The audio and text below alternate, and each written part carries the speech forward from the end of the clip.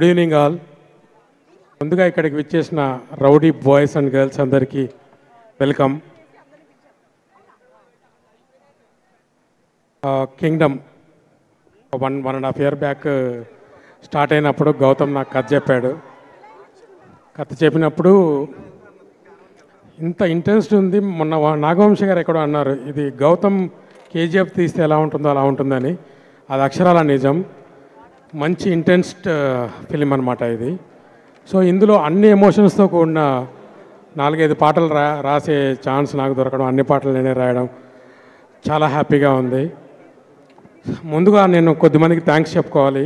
ఈ అవకాశం ఇచ్చిన గౌతమ్ తిన్ననూరి గారికి థ్యాంక్ యూ చెప్పాలి, ప్రొడ్యూసర్స్ నాగవంశీ గారికి చెప్పాలి, and rock star Anirudh.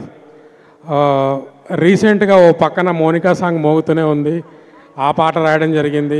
Plus ఇందులో అన్న అంటేనే అంటూ ఒక ఎమోషనల్ సాంగ్ రాసే, అంటే ఆయన అది చేయగలడు ఇది చేయగలడు, అందుకే ఆయన రాక్ స్టార్ అయ్యాడు. సో అలాగే ఈ సినిమాకి పనిచేసిన టోటల్ క్యాస్ట్ అండ్ క్రూకి, టెక్నికల్ విభాగంలో పనిచేసిన అందరికీ కూడా థ్యాంక్స్ చెప్తున్నాను. సత్యదేవ్ ఈ కథ చెప్తున్నప్పుడు అన్న క్యారెక్టర్ ఇంత ఇంపార్టెన్స్ ఉంది కదా, ఎవరు చేస్తున్నారు అనుకున్నాను. సో సత్యదేవ్ గారు చేయడం అసలు చాలా యాప్ట్గా కుదిరారు ఈ క్యారెక్టర్కి. సో ఆయన ఎంత ఇంటెన్స్ యాక్టర్ మనకు తెలుసు. నేను సినిమా అక్కడక్కడ చూడడం కూడా జరిగింది. So fantastic performance from Satyadev గారు.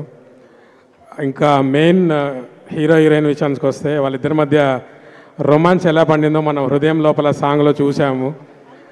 బ్యూటిఫుల్ పెయిర్గా కనిపించారు. సో విజయ్ గారికి తన పాత అంటే అర్జున్ రెడ్డితో సహా అన్ని రికార్డులని ఈ సినిమా బ్రేక్ చేయాలని, చాలా పెద్ద విజయవంతం అవ్వాలని మనస్ఫూర్తిగా కోరుకుంటూ, July 31st, see you all in theaters. Thank you all. Bye.